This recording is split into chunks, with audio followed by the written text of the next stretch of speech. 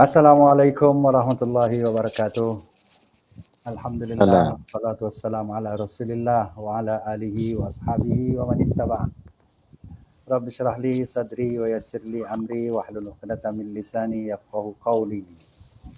Alhamdulillah tuan-tuan puan-puan, para penonton, para netizen yang dirahmati Allah.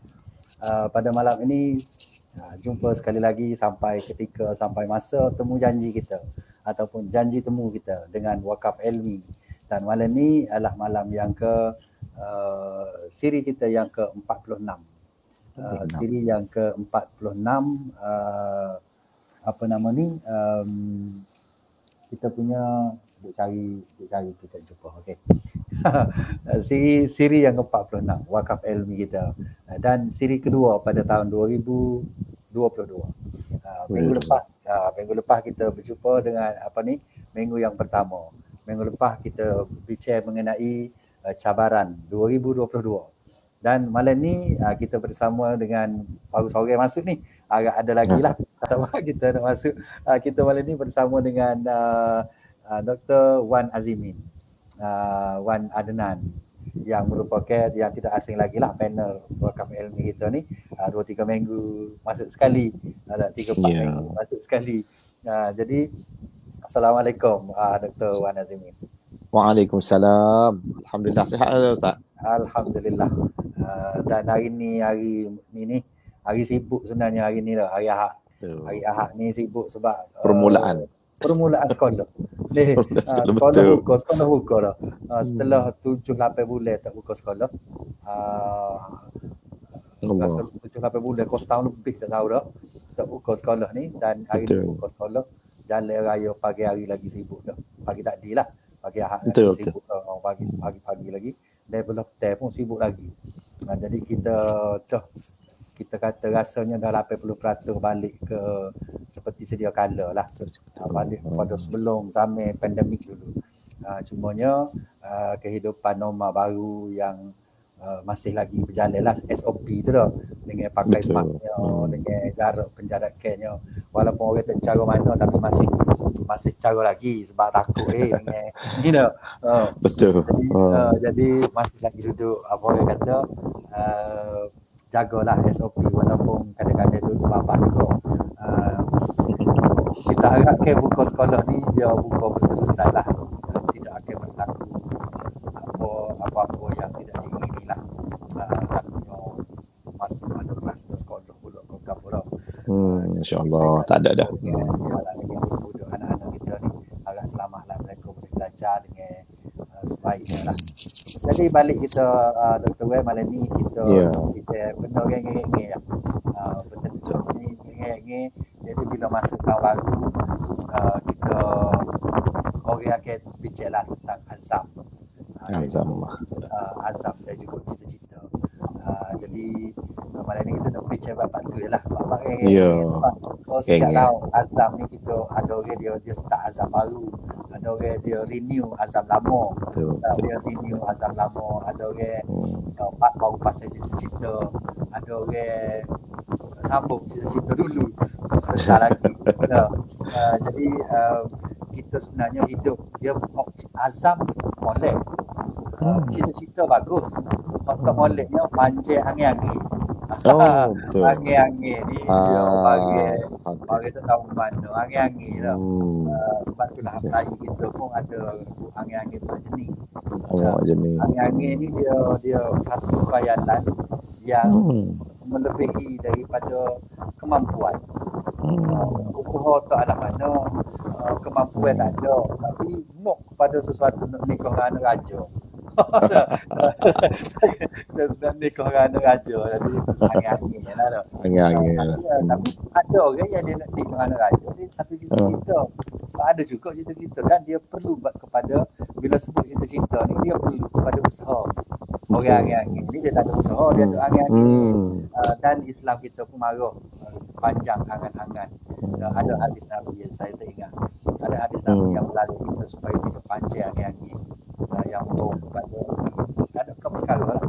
Tapi kalau cita-cita azam disebut fa idza azamta fatawakkal 'ala Tawakkal Allah. 'ala Allah. Apabila kamu berazam sesuatu, azam ni biasanya suatu benda yang baik yang mengubah kita daripada satu keadaan yang baik mungkin kepada keadaan yang lebih baik atau keadaan yang kurang baik kepada keadaan yang baik. Itu azam. Sama mungkin cita-cita pun lebih kurang gitu juga. Betul. Yang kedua-dua ni dia menunjukkan kepada ada follow up selepas tu. Ada tindakan, ada action. Selepas kita berazam, ada action dia. Selepas cita-cita, ada action dia. Jadi tapi kalau dah angin-angin, dia tak ada kan lepas angin-angin. No. Duduk mikir no koyak gitu je. Jadi itulah lebih kurang gambarannya kita nak bincang-bincang malam ni. Dan kita nak suruh untuk pertama ni sama-sama tu sahabat kita lain ni yang mungkin mereka lama masuk ke mana tak tahulah. Kita nak suruhkan dulu kepada Dr. Wer dulu untuk buka pagar kata. Silakan. Bismillahirrahmanirrahim. Assalamualaikum warahmatullahi wabarakatuh. Alhamdulillahirabbil alamin. Wassalatu wassalamu ala Rasulillah wa ala alihi wa sahbihi wa man da'a bi da'watihi ila yaumiddin. Alhamdulillah, pertama-tamanya kita syukur kepada Allah Taala, syukur yang begitu banyak di atas nikmat Allah yang diberi kepada kita ni. Bermula dengan kita ni diberi nikmat iman, nikmat kesihatan dan nikmat kita dapat hidup dalam alam tahun baru 2022. Jadi apa yang Al-Fadhil Ustaz Sata sebut tadi kepada kita adalah merupakan satu gambaran lah kepada kita suasana yang kita ni sedang hadapi ni. Tahun 2022 ni bermula pada hari ni satu terasa dah sedikit sebanyak terasa kesibukan lah, sibuk lah orang panggil sibuk dengan tugas rutinnya, hantar anak sekolah yang bagi yang ada anak, bagi yang sudah masuk bekerja dan merupakan fasa keempat ni, maka sudah semestinya adalah hambatan-hambatan lah. Kita ni terlalu terikat dengan masa, dan sebab itulah apabila kita bicara tajuk-tajuk azam dan cita-cita ni, ianya satu yang benda yang baik lah. Untuk sama-sama kita tengok balik lah, sembok balik sejauh manakah cita-cita ataupun azam kita ni ianya dapat diterjemah dalam aspek yang reality. Jadi takut azam kita tu berupa angan-angan juga Ustaz. Ya. Takut jadi angan-angan. Jadi sebab itulah kalau kita pakai bicara gini, maka kita bersama-sama tengoklah masing-masing ada azam dia, ada keazaman dia, ada cita-cita yang lebih jauh. Kemungkinan azam dan cita-cita itu kita perlu sembok balik sejauh mana cita-cita kita. Betul lah kalau kita tengok tentang konsep azam ni, maka kita terpaksa rujuklah kepada Al-Quran, perkataan azam. Azam yang asas dia ain zaming ni. Kita jumpa ayat. Sama-sama pun kita baca ayat ni panjang sebenarnya, daripada surah Ali Imran ayat 159. Tapi kita ambil pendek je lah. Kita biasa sebut fa idza azamta fatawakkal 'ala Allah. Innallaha yuhibbul mutawakkilin. Yang bermaksud sekiranya kamu berazam, maka hendaklah kamu bertawakal kepada Allah. Sesungguhnya Allah menyukai orang-orang yang bertawakal. Jadi ayat ini menjadikan satu perkara yang seharusnya kita dalami sikit lah, supaya kita merasakan bahawa tindakan kita meletakkan satu yang kita kata azam ke cita-cita ni, hendaklah kita sandarkan ke dalam konteks apakah agama kita nak, Islam kita nak lagu mana azam ni. Maka kalau kita tengok pada ayat sependek ini pun, secara kita ambil petikan ayat ni, sudah memadai kepada kita bahawa besarnya perkara yang melibatkan menentukan keazaman ni. Dan ianya bukan suatu benda yang bersifat main-main, kerana ianya perlulah bersandarkan kepada benda yang baik-baik.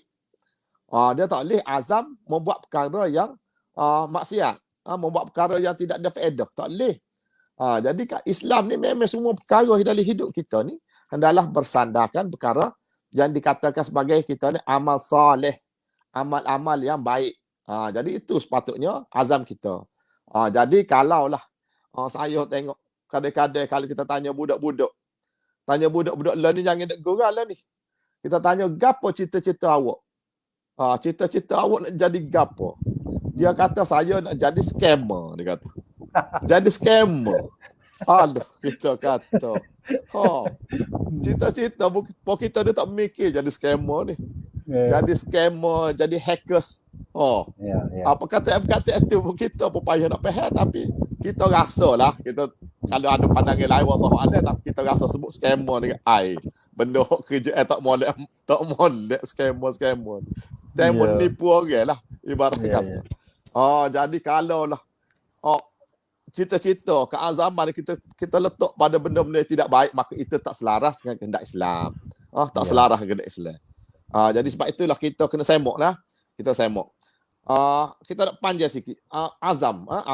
Makna dia, kalaulah kita kata fa'idha azamta, sekiranya kamu berazam, maka perkara tersebut perlulah seolah-olah ianya dilaksana, okay? Dengan perkara yang bersifat, ada orang panggil ada asas ilmu lah.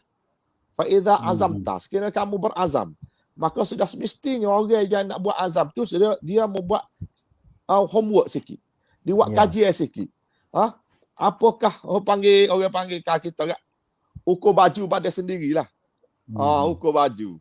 Kita nak letakkan azam, aku nak jadi doktor, contohnya budak-budak dulu, kita dulu nak jadi doktor.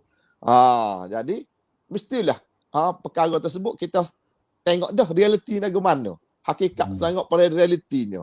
Buat selidiknya, gapo syarat-syarat nak jadi doktor. Lagu tu lah kalau kita kiyah dengan budak-budak lah. Budak pendidikan lah ni. Jadi aspek-aspek ni mikir tu makna dia membuat observasi, kita bahasa lah ni. Membuat penyelidikan.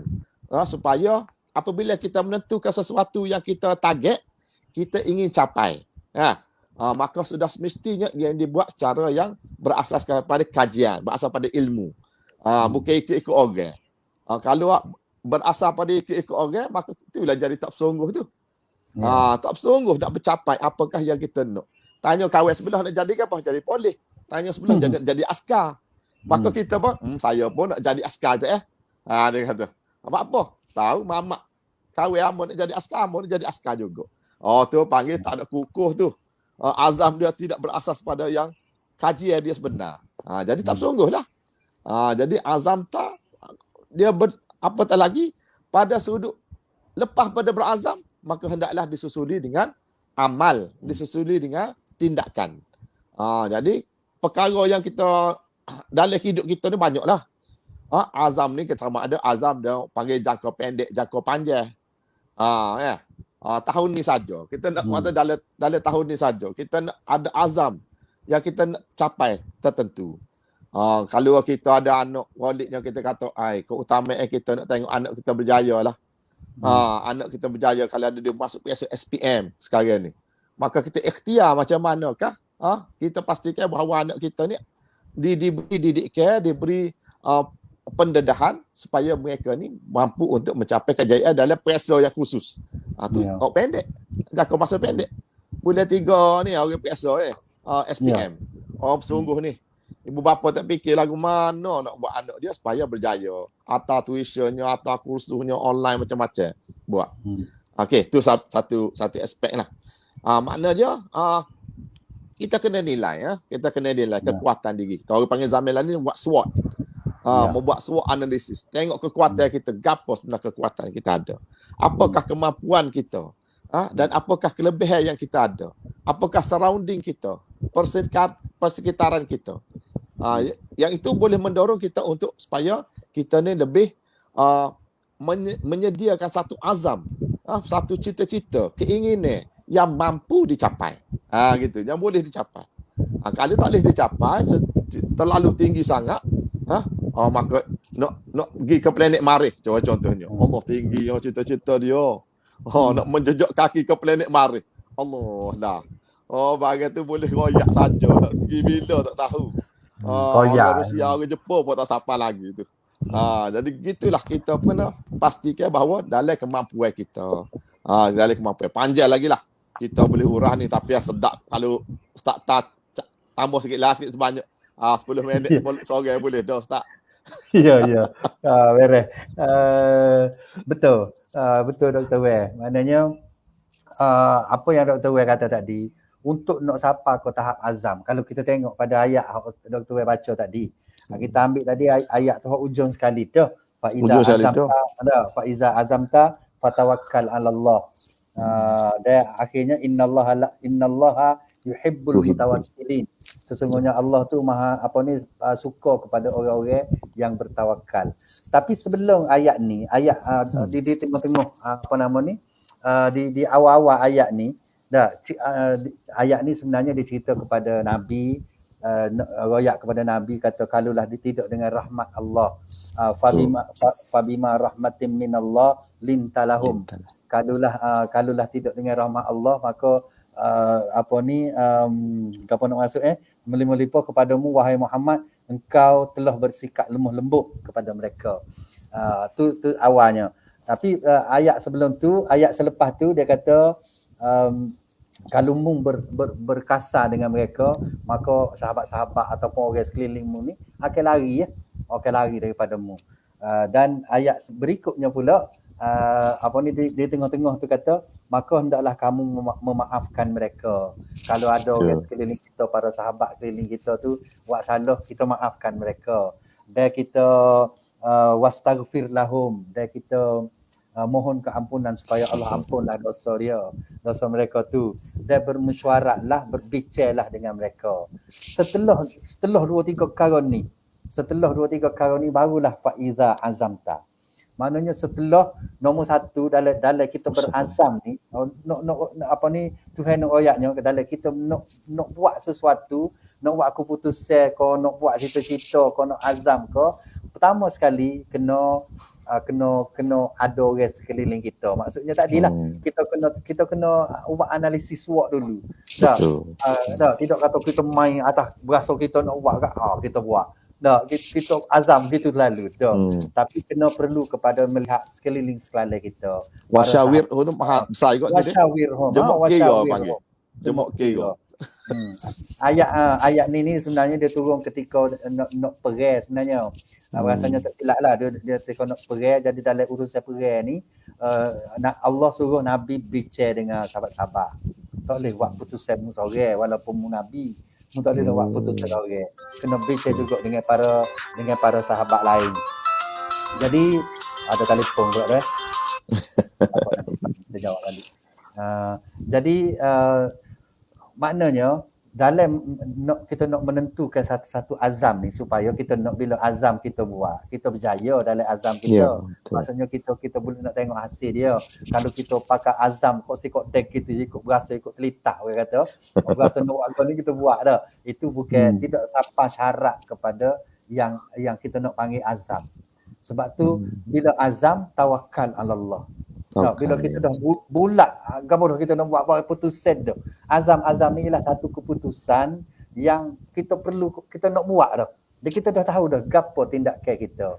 Supaya Dr. Wei kata tadi, kita tahu dah kekuatan kita mana, kelemahan kita gapo, apa cabarannya, apa gapo lagi, ancaman dia dan apa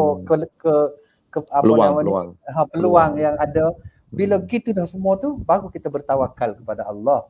Maknanya kalau kita azam macam tahun lepas, kita dah azam tu tapi tak jaya. Apa yang tak jaya tu? Maknanya kita kena buat analisis lah, apa azam tahun lepas kita tak jaya. Sebabnya mungkin tak cukup syarat-syarat yang tadi. Kita kata kita berazam dah, kita tawakal dah kepada Allah. Tetapi sebelum nak bertawakal pada Allah tu, apa kita buat? Adakah mengikut kemampuan kita azam yang kita buat, ataupun lalu kita ke? Kita sebagai seorang cikgu, kita duduk nak buat azam, nak rekod ni, maknanya bukan bidang kita. Bukan bidang kita untuk nak gaining tu. Maknanya kalau dalam cikgu, mestilah azam kita tu berkaitan dengan karier kita. Gitu juga dengan katalah Dr. Wei duduk di mahkamah. Azam Dr. Wei mestilah ada kaitan dengan karier, dengan kerja kita buat tu. Bukan kita kata kawan nak merentasi laut Cina Selatan. Ada kaitan gapo dengan tak ada kaitan gapo dengan kerja kita. Jadi itu maknanya tidak, kalau tak berjaya pun Bukan silap kata-kata kita dah tawakal dah ke Allah. Allah tak tolong kita. Sedangkan Allah kata innallaha yuhibbul mutawakkilin. Allah suka kepada orang yang bertawakal. Maksudnya setelah berazam, kita lepas kita berazam, kita bertawakal, Allah tolong. Allah nak ayat kita. Tetapi sebelum hok azal tu, betul ke tak? Tak, mau kita nak suruh ke Tuhan tu, barang lagu mana nak suruh Tuhan. Okey, barang cincai-cincai nak suruh dia. Kalau Tuhan tanya apa mu nak buat kau ni? Kau berasa nak buat. Okey, Tuhan nak tolong dah. Barang kita berasa aja tanpa kita meneliti, maknanya besar jugalah azam ni. Bukan barang mudah-mudah lah. Masuk tahun baru kak, kau buka pasal azam. Tidak lagu tu lah. Bermaknanya azam ini mesti melihat tahun lepas lagu mana, gapo kekuatan kita, gapo kejayaan kita dah selama kening. Dah gapo ni maknanya bukan sesuatu yang azam ni bukan boleh kecek-kecek kedai kopi dah lah. Maknanya ini sesuatu yang sangat serius. Satu yang serius dan perlu kepada penelitian yang banyak. Dr. Wei sama pula. kita okay. Sama dua orang dah ini. Betul. Ambo setujulah apa yang disebut oleh Fadil, Ustaz Satar tadi. Perkara yang aspek yang kedua yang kita tengoknya ianya perlu disusuli dengan tindakan.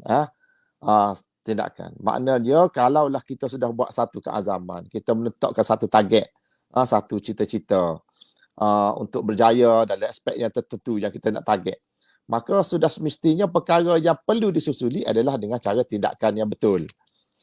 Kejayaan walaupun benda tu baik, sesuatu yang baik ini perlu comel dah cita-cita tu, tapi proses untuk mencapai cita-cita ni hendaklah dibuat dengan cara yang tersusun.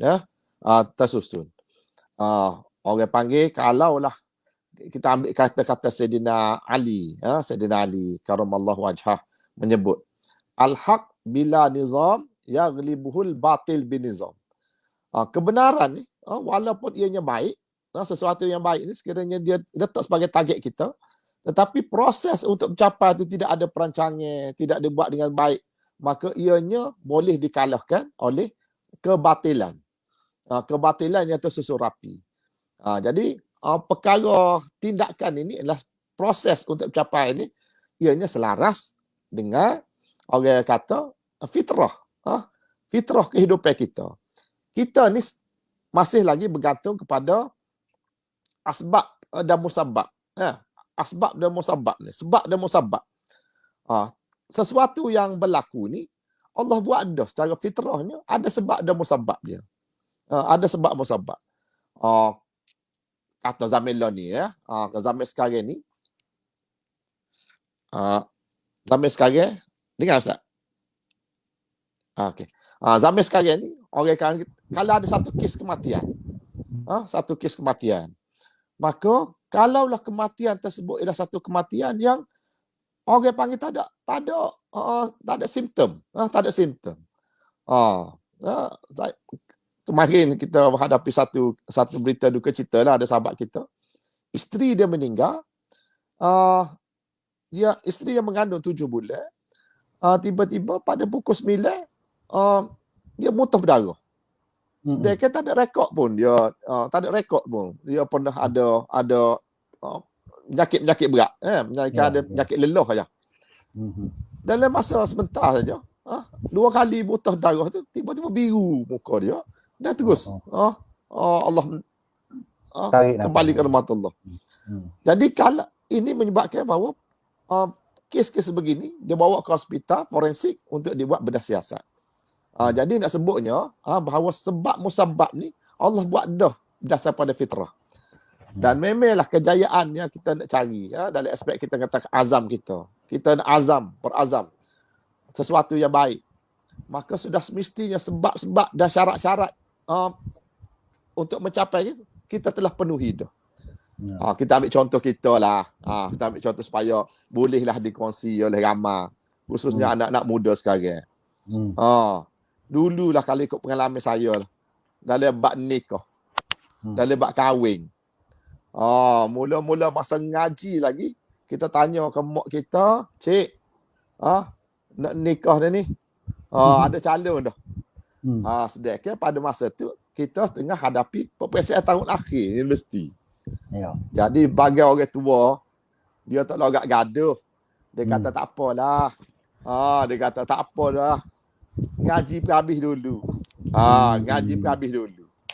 Saya rasa pun pengalaman ni ada belakang ni. Di kalangan kita ni jumpa orang tua kata, "Ai nak menikah." Ada belakang ni.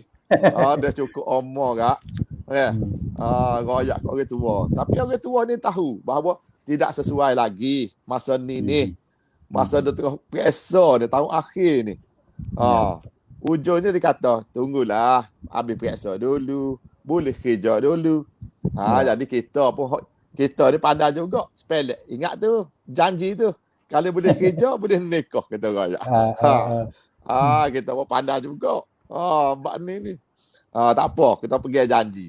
Makna dia, kalau kita nak kata cita-cita yang baik itu, tapi syarat tak penuhi. Kita nak nikah, nak pegang anak orang ni. Tapi kalau kita buat lorak gaduh, secara yang cepat, maka kita tidak penuhi syarat, iaitu sepatutnya kita ada kemampuan. Ada kemampuan tu. Ramai nak nikah tapi kerja tak tahu mana. Kerja tak tahu mana. Kerja. Jadi tapi tak syarat ya. Saya tak kata kerja kena kerja tetap, tak ada. Tak mesti syarat kerja tetap.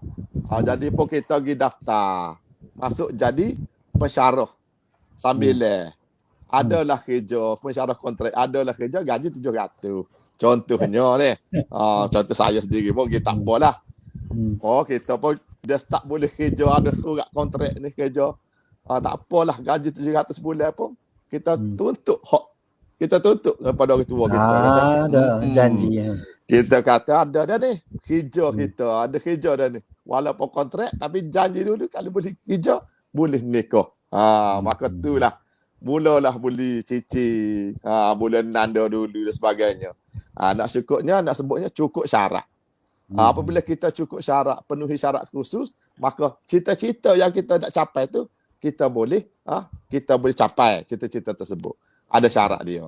Tapi dalam dunia sampai sekarang ni, cabaran kita begitu banyak. Betul tak Ustaz? Banyak cabaran kita hadapi ni. Sebenarnya perkara-perkara ni sebenarnya biasa. Quran dah sebut dah. Bahawa kita ni, orang panggil persekitaran kita ni, ianya banyak sifat manusia ni cenderung kepada perkara-perkara yang bersifat zinah, bersifat perhiasan dunia ni, ataupun yang lebih cenderung pada syahwat daripada kecenderungan manusia ni. Tak kira lah sama ianya dalam bentuk harta ke, dalam bentuk anak pinak ke dan sebagainya. Tapi kalau kita tengok daripada ayat Quran, kita ambil selalulah asas kitanya. Kalau kita tengok pada ayat Quran ni, macam manakah sebenarnya cita-cita terbaik sekali? Kita rujuk dalam mana surah Al-Kahfi ayat 46. Ayat 46. Apabila kita baca surah Al-Kahfi, kita jumpa macam manakah kita nak tak cita-cita ni yang sepatutnya dia letak paling tinggi. Disebut a'udzubillahi minasyaitonir rajim, al-mal wal banuna zinatul hayatid dunya wal baqiyatus salihat khairun inda rabbika tawaban wa khairun amala. Dia sebutnya al-mal wal banu, sesungguhnya harta dan anak-anak itu adalah perhiasan dunia. Tetapi wal baqiyatus salihat, tetapi amal kebajikan yang berterusan adalah lebih baik pahalanya di sisi Tuhan kamu, wa khairun amala, dan juga boleh untuk dijadikan azam ataupun harapan. Jadi kalau kita letak setiap hari kita letak lagu ni lah azam kita setiap hari, bukan setiap tahun baru. Setiap hari kita nak bahawa aku nak meletakkan bahawa khair, amal soleh itu adalah satu yang kita nak sebagai azam kita supaya kita boleh capai, dan inilah merupakan amala. Amal alif ming la ni adalah itu dia bermaksud sama juga dengan azam. Cita-cita kita, harapan kita. Jadi inilah selaras dengan apa yang dikehendaki Allah Ta'ala. Biarlah kita meletakkan, buat satu benda yang baik itu, dan itulah yang dikira sebagai berpahala, dan itulah merupakan azam yang seharusnya kita penuhi walaupun dalam masa sama kita berhadapan dengan syahwah. Kecenderungan syahwah yang begitu banyak. Kita jumpa dalam ayat Al-Quran bahawa kita manusia ni nafsu dia sentiasa terdorong untuk gapo? Harta, dan kereta, takhta, jawatan dan sebagainya.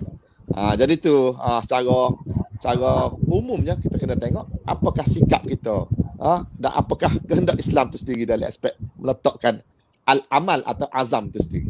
Wallahu a'lam. Ya. Okay, terima kasih Dr. Wei. Kita tunggu sahabat-sahabat kita tak masuk ni. Tapi ada sahabat kita Ustaz Amir ada bersama dengan kita sebenarnya. Mungkin dia line dia tidak kuat kok, dia tak masuk hari ni. Jadi dia kata azam ni dia kata kita kena dahului dengan menuntut ilmu, teruskan menuntut ilmu biar jadi satu azam, jadi satu amal kita. Maknanya tahun ni kalau boleh kita banyakkan luar masa untuk kita belajar agama, untuk kita beramal ibadah, pergi semaya Jumaat. Itu we ada peluang untuk kita. Jadi gapo lagi tu banyak dia cerita tu. Jadi nampaknya itulah di antara azam yang boleh kita buat. Tapi orang muda dia kata ni azam orang tua ni. Bukan. Dia kata orang tua azam dia tu ya dia kata. Kita orang muda dia kata kita nak melihat kejayaan dia kata. Ada nak kejayaan. Hak ni dia kata ada juga orang kata ni dia bukan azam, hak ni barang wajib dah. Barang wajib tu cuma kita nak berazam supaya lebihkan daripada wajib itu lebihkan sikit. Kalau dulu kita belajar dengar orang ngajar mungkin seminggu sekali, seminggu dua kali. Ni kita nak biar tu beri luarkan masa kita untuk 3 kali, 4 kali atau kalau boleh tiap-tiap malam. Lebih baik. Saya tu azam hak tu azamnya. Kalau hak menuntut ilmu ni memang tidak boleh nak letak dia jadi azam sebab dia kewajipan dah. Sebagai wajib dah. Supaya juga dengan sembahyang Jumaat ke apa tu. Sebagai wajib dah. Cuma kita berazam supaya kita lekat. Kita jadi konsisten, istiqamah. Kita azam kita nak istiqamah. Sebagai wajib kadang-kadangnya tinggal. Tapi istiqamah tu yang penting. Maknanya azam macam Abang Amir kita ni kata azam dia ni apa yang saya fahamnya ialah kita nak beristiqamah dalam menuntut ilmu, dalam beribadah, dalam apa lagi tu. Jadi nak istiqamah tu, konsisten tu. Ni satu azam yang sangat baik. Lepas tu kita tawakal lah kepada Allah. Dan selepas tawakal tu bukan tu tunggu mana rasa tak luar lagi. Berusaha lah. Kena berusaha lah untuk ke arah itu. Tawakal ni dia perlu diiringi dengan usaha. Ada orang kata usaha dulu baru tawakal. Ada juga orang kata tawakal dulu baru usaha. Mana-mana tak apalah, penting seiring. Tawakal dan usaha tu seiring. Supaya kita nak turun rumah. Kayak biasa kita bismillah tawakal tu ala Allah. Kita seiring. Kita turun, bismillah, kita tawakal, kita gerak. Tu baru siapa ke tempat kita nak tuju. Kalau bismillah tawakal tu ala Allah duk cokong rumah. Masih tak apa. Jadi gitu maknanya seiringan di antara tawakal dengan bergerak. Maka Allah akan berilah keselamatan dan berilah tercapai destinasi hak kita nak pergi tu. Bila kita bismillah tawakal tu ala Allah, maka sapalah. Jadi gitu juga dengan cita-cita kita hari ni, maknanya setelah kita mengukur dengan badan kita, setelah kita buat kajian yalla ko azam aku ni, bila setelah kita berasa yalla dah azam kita bulat dah tawakal pada Allah, maka kita kena fokuslah kepada azam tadi. Supaya azam kita boleh berjaya. Kalau duk main tak apa kawin tanen dah azam. Tanen situ tunggu. Nak suruh Tuhan tolong lagu mana kalau kita tidak ni dah, Tuhan dia tak akan tolong. Sebab itulah ada ayat Quran yang lain dah, innallaha la yughayyiru ma biqaumin hatta yughayyiru ma bi anfusihim. Allah tidak akan ubah apa yang ada pada suatu kaum tu. Dia tidak akan ubah apa yang ada pada satu kaum itu kecuali mereka mengubah apa yang ada pada diri mereka. Dia ubah pada diri kita, barang dalam diri kita, daripada apa barang dalam diri kita ni? Malah. Sikap. Sikap. Maksudnya ma bi anfusihim tu ialah sikap kita. Berubah sikap, ubah yang keduanya environment. Kena ubah ke situasi, suasana persekitaran. Untuk nak berjaya, dia bukan ubah sikap saja, dia kena ubah suasana persekitarannya. Dan dia kena ubah apa lagi? Ubah persepsi, cara memikir. Cara Dia memikir, kena ubah, betul. cara memikir tu penting. Penting. Kena ubah cara memikir. Bila kita berazam sesuatu, kita kena ubah cara memikir kita. Tak boleh tu ubah untuk ikut cara tradisi. Walaupun tradisi ni tidak salah, tapi kalau dia mikir lagu tu je dalam kotak, saya kata kena mikir sekali-sekala dalam guning, dalam kotak, luar kotak maksudnya. Kita kena ubah persepsi cara kita mikir, ubah persekitaran, ubah sikap. 3 perkara ni kalau boleh berubah, Allah akan tolonglah untuk kita mendapatkan kejayaan. Bila berjaya bukan kita je berjaya, kaumun tadi Allah akan berjaya, akan ubah. Kaum itu, bangsa itu Allah akan ubah. Dia akan ubah. Bermula daripada azam seseorang. Maknanya besar, benda ni besar. Kerana azam kita, bila kita letak azam dengan betul, dan kita tadi, supaya kita kecek tadi dah. Bila betul dah apa semua, kita pula ubah 2-3 perkara tadi, ubah environment persekitaran kita, ubah sikap kita, ubah jadual hidup kita, ubah cara memikir kita. Maka kejayaan itu bukan kita seorang yang rasa, tetapi satu kaum, satu bangsa dapat merasainya. Maknanya itulah yang kalau kita kata orang kata kecek Azhar barang kecil ni. Barang besar. Kalau kita fikir dia tu kecil. Kalau kita fikir dia tu kecil lah. Tapi kalau dia fikir ini, kita fikir ini satu yang sangat penting. Bermulanya kejayaan sesuatu kaum itu bermulanya daripada mana? Daripada azam. Azam tu tawakal kepada Allah. Lepas tawakal diiringi dengan usaha. Usahanya apa? Ubah 3-4 perkara tadi. Doktor boleh. Okey, boleh. Okey. Setuju sangatlah apabila kita pergi tentang perubahan ya. Nak memula ubah ni kena memula dengan diri kita sendiri. Setuju sangat sekiranya mindset kita ni bermula dengan satu gagasan lah. Gagasannya positif lah. Positif. Semua tengok benda positif. Walaupun benda tersebut kita hadapi dalam bentuk ujian dan musibah. Kan Ustaz? Kalau kita tengok musibah tu adalah orang panggil satu benda yang putus harap dah. Maka kita seolah-olah hilang konsep tawakal tadi. Jadi memang kita tak dapat nafi, kita sebagai seorang Islam, kita kena letak bahawa keimanan kita kepada Allah Ta'ala ni, keyakinan kita, harapan kita kepada Allah Ta'ala ni satu benda yang kita kena gatul sama. Tidak boleh kita meletakkan sesuatu berdasar kejayaan itu berdasar pada usaha kita semata-mata, tak boleh. Kalau kita kata semata-mata usaha kita berjaya, banyak mana dah usaha yang kita buat, hakikat sebenarnya Allah tak beri lagi kejayaan kerana bagi pandangan Allah pada sudut hikmahnya ada hikmah-hikmah tertentu. Ada hikmah tertentu. Dan hakikat sebenarnya antara yang banyak menghalang kitanya adalah nafsu kita. Menghalang kejayaan kita, nafsu kita. Sebagaimana kita tengok dalam surah Ali Imran.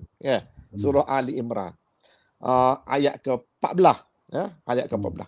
Zuyyin, a'udzubillahi syaitanir rajim.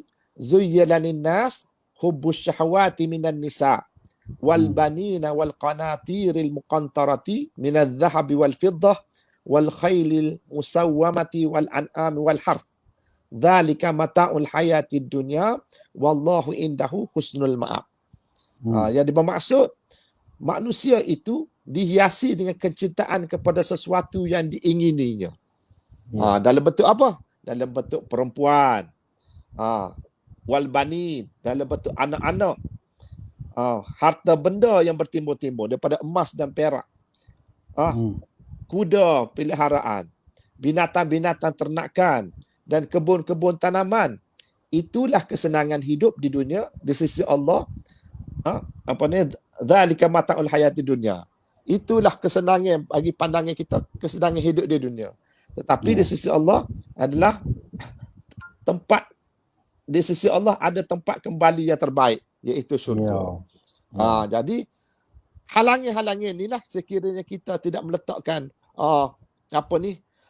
azam tu tempat yang dia bergantung pada Allah Ta'ala, kita meletakkan dalam bentuk kebendaan. Dalam bentuk kebendaan semata-mata. Aku cita-cita aku dah dapat rumah besar. Cita-cita aku mendapat pangkat yang tinggi. Kemewahan, kereta Mercedes, BMW. Kalau itulah dia letak sebagai azam, maka sebenarnya kita seolah-olah meletak azam yang bersifat sementara tu. Ya. Sedekah kita nak pergi jauh lagi ni. Kita nak dapat rahmat Allah Ta'ala. Kita nak hidup dalam bentuk berkat. Inilah benda-benda yang seharusnya kita kena sandarkan azam kita tu dengan sudut ianya orang panggil berpahala lah. Boleh datang pahala.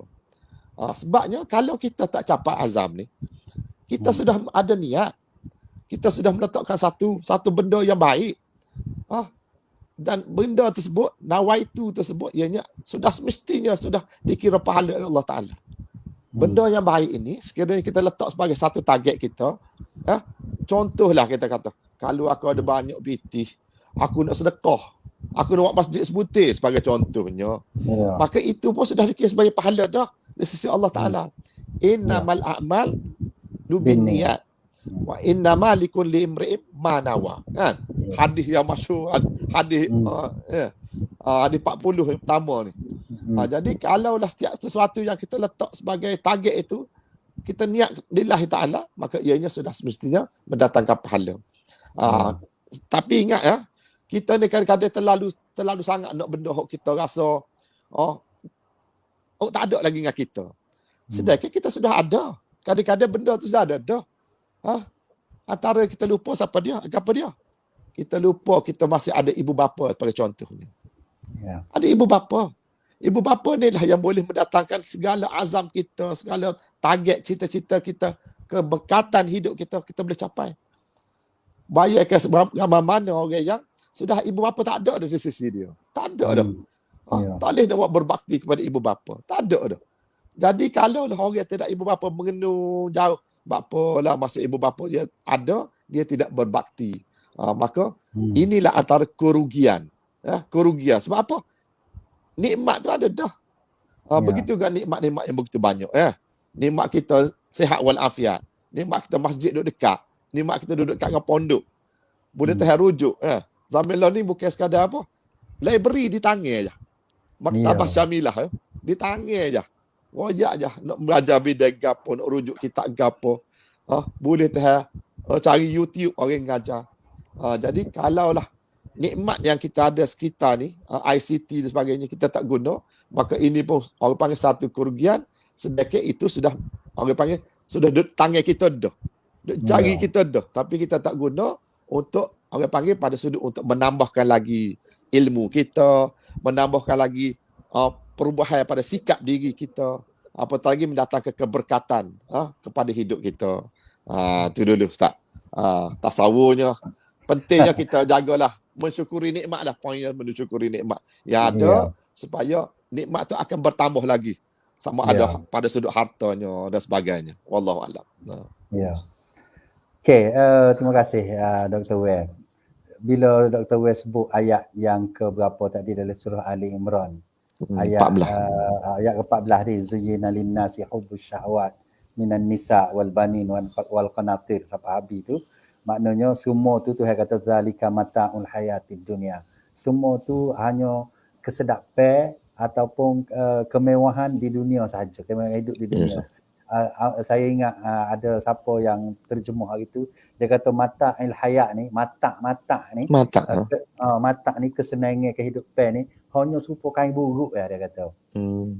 Kain buruk, bila waktu dia tak buruk tu kita guna dia, kita gapo dah, bila dah buruk tahu gitulah kesenangan gapo semua tadi hak atas tadi, orang tinonyo, anak-anaknya, kebun-kebunnya tu tekah dia berguna untuk kita je.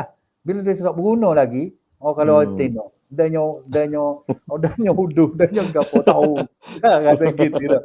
Gitulah. Tapi Tuhan sebut selepas tu, ayat yang ke-15, ada Tuhan sebut. Dia kata, Kul a'unabbi'ukum bi khairin min zalik. Nak ke tak, wahai Muhammad, mun tolong royak ke puak-puak tu, puak-puak tadi dia kata, nak ke tak kalau aku nak royak, hak lebih baik daripada tu.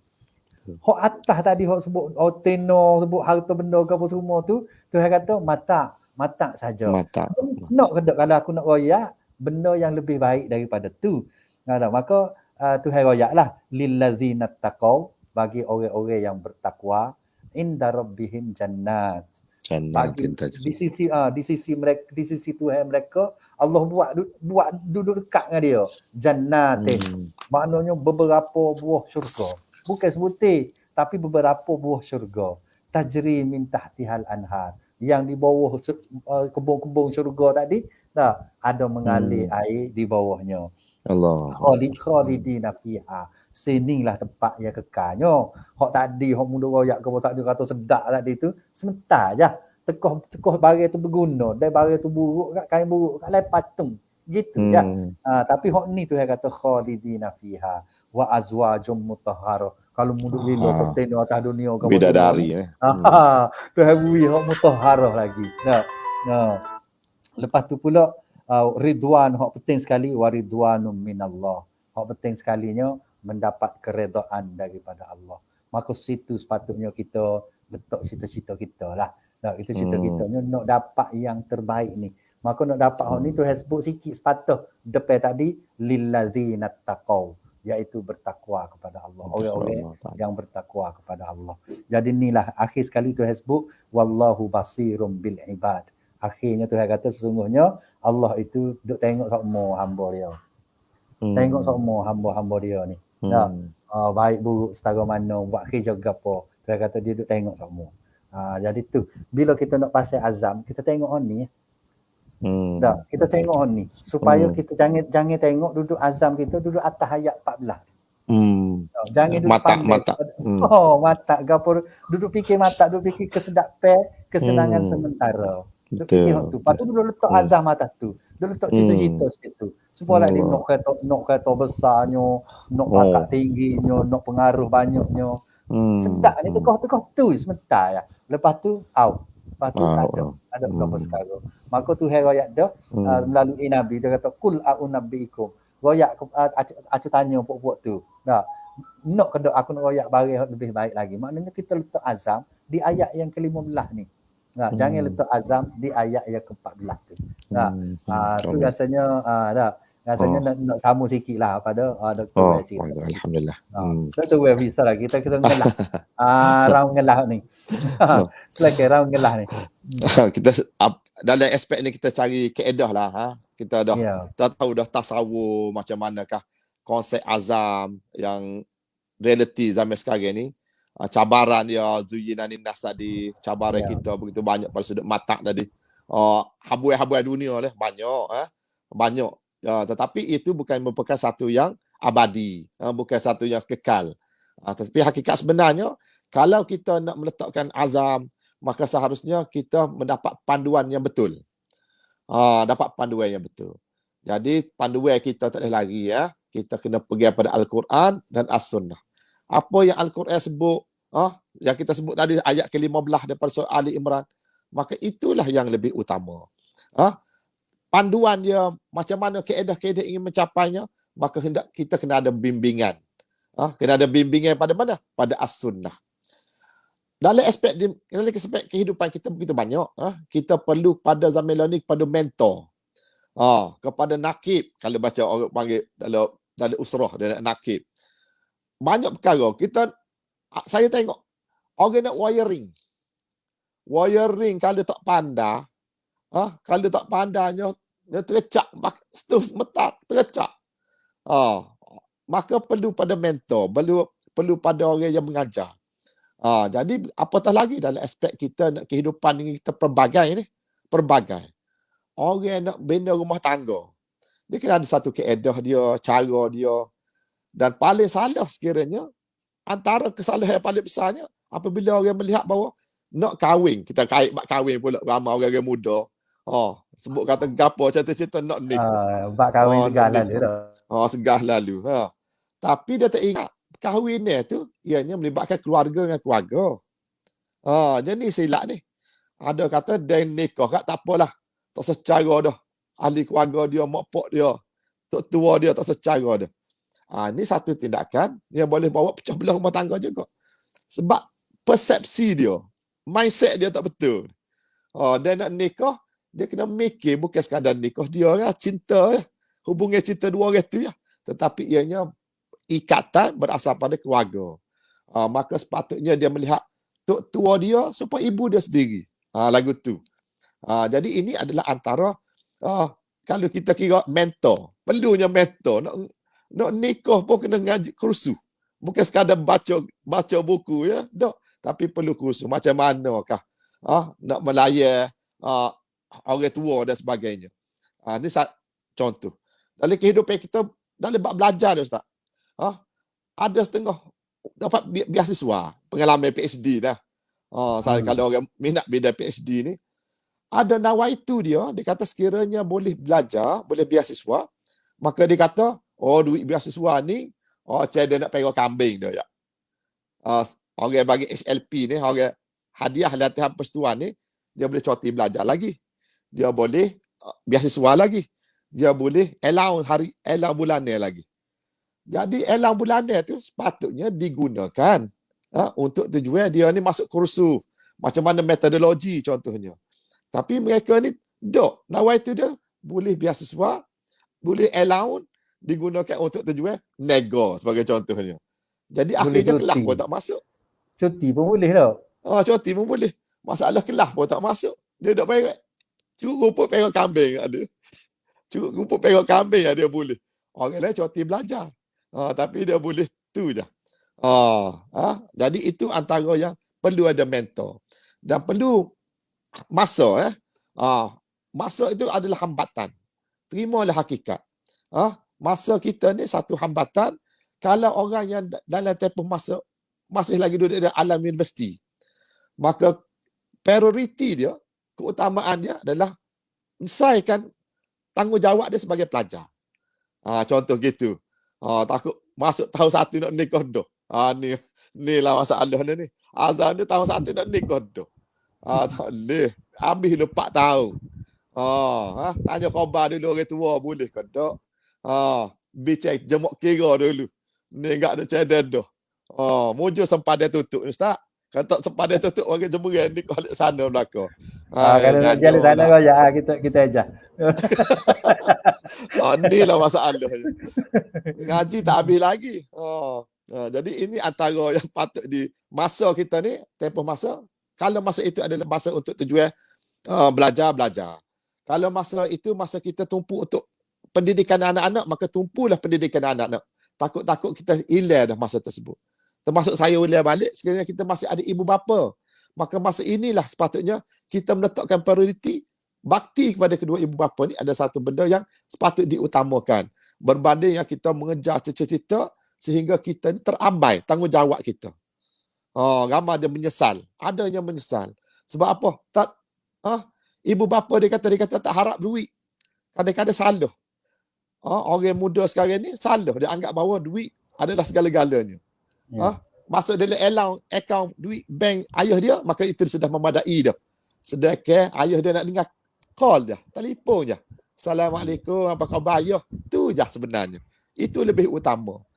Takut kita ni terlalu sangat nak mengejar cita-cita sehingga kita abai nikmatnya Allah beri kepada kita, adanya ibu bapa, adanya anak-anak, adanya isteri, adanya peluang yang masih ada, sepatutnya kita isi dengan baik. Sementara kita ni adalah cita-cita yang kita nak maju, tapi ianya bermula dengan memenuhi syarat-syarat dulu. Kita sebut tadi, kita kena ada syarat-syarat dia. Ada sebab musabab dia. Kalau kita rasa kita tak capai cita-cita, kita tak payah keras. Tak payah keras sebab apa? Kita tahu bahawa ketentuan kejayaan kita ni hanya datang pada Allah Ta'ala. Allah beri kita nikmat, Allah juga berhak menarik nikmat, Allah juga berhak untuk menangguhkan. Tangguh dulu. Dia tak wui lagi. Apa yang kita cita-cita tak tercapai, itu ada hikmah dia. Di sebalik. Itulah ketentuan yang panggil qada dan qada Allah tu, kita kena ada pasuk dalam diri kita. Setelah kita sebut tadi, kita bertawakal. Kita ikhtiar habis molek dah. Maka kita penggantungan harap kita hanya pada Allah. Barulah hasrat kita sebut tadi, kita mendapat ridwan. Ridha Allah Ta'ala tu. Baru hidup kita tak stres.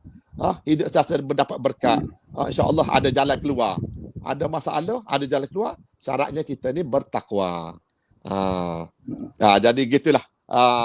Cara tak tersusun, tapi lebih kurang cara kalau kita boleh pegang, itu satu yang boleh bawa pada 2022 ni satu perubahan sikap lah.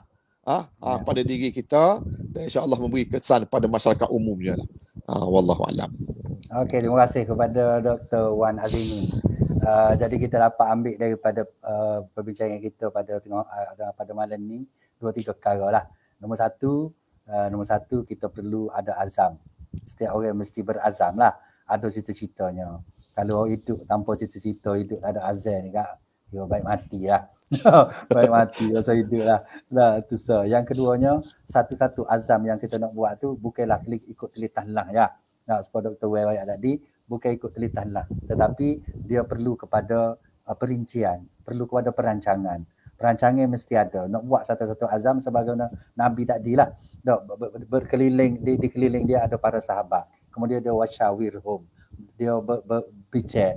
Lepas tu ada orang sekeliling salah yang kita rasa dia ada buat salah. Kita maafkan mereka. Lepas tu kita mohon ampun kepada mereka. Mohon keampunan Allah kepada mereka. Akhir sekali barulah kita berazam. Letak kerja kita. Kemudian tawakal kepada Allah. Tawakal ala Allah. Lepas tu kita pasti, kita yakin benar-benar kerana Allah yuhibbul mutawakkilin.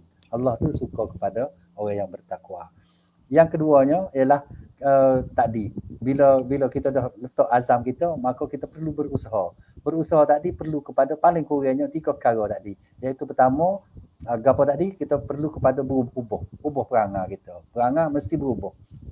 Apa azam saja yang kita nak buat, kena berubah perangai kita. Yang kedua, ubah situasi, suasana persekitaran kita. Kalau kita duduk di tempat yang orang jahat belaka, kita kena pindah duduk tempat orang baik.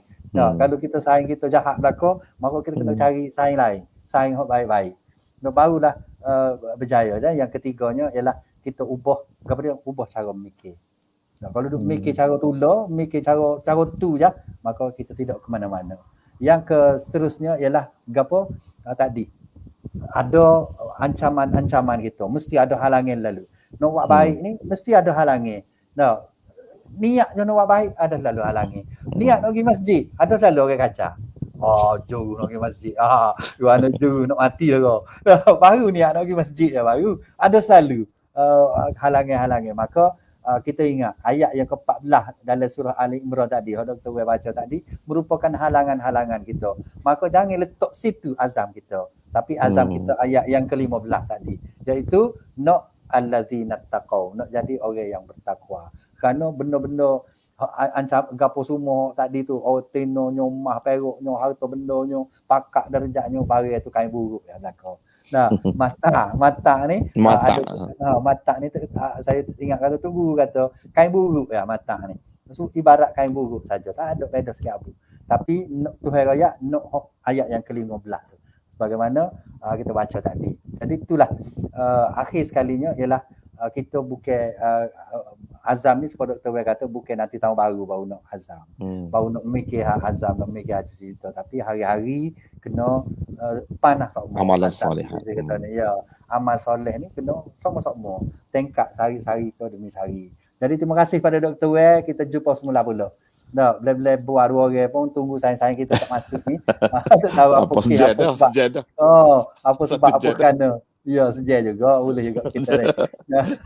Jadi terima kasih banyak, kita jumpa semula pula. Terima kasih kepada sahabat-sahabat kita duduk tengok tu. Ramai nampak tu. Duduk tengok tu. Jadi kita ucap terima kasih belaka. Kita jumpa minggu depan pula. Jadi saya berhenti setakat tu. Aku qauli hadza, astaghfirullah li wa lakum. Wassalamualaikum warahmatullahi wabarakatuh. ربنا إنا نعوذ بك من هذا الوباء ومن كل مرض وسقم وبلاء اللهم إنا نسألك يسرا ليس بعده عسر وغنى ليس بعده فقر وأمنا ليس بعده خوف وسعادة ليس بعدها شقاء. اللهم إنا نعوذ بعظمتك من الأمراض والأسقام والفتن والمحن ما ظهر منها وما بطن. ربنا عليك توكلنا وإليك نبنا وإليك المصير.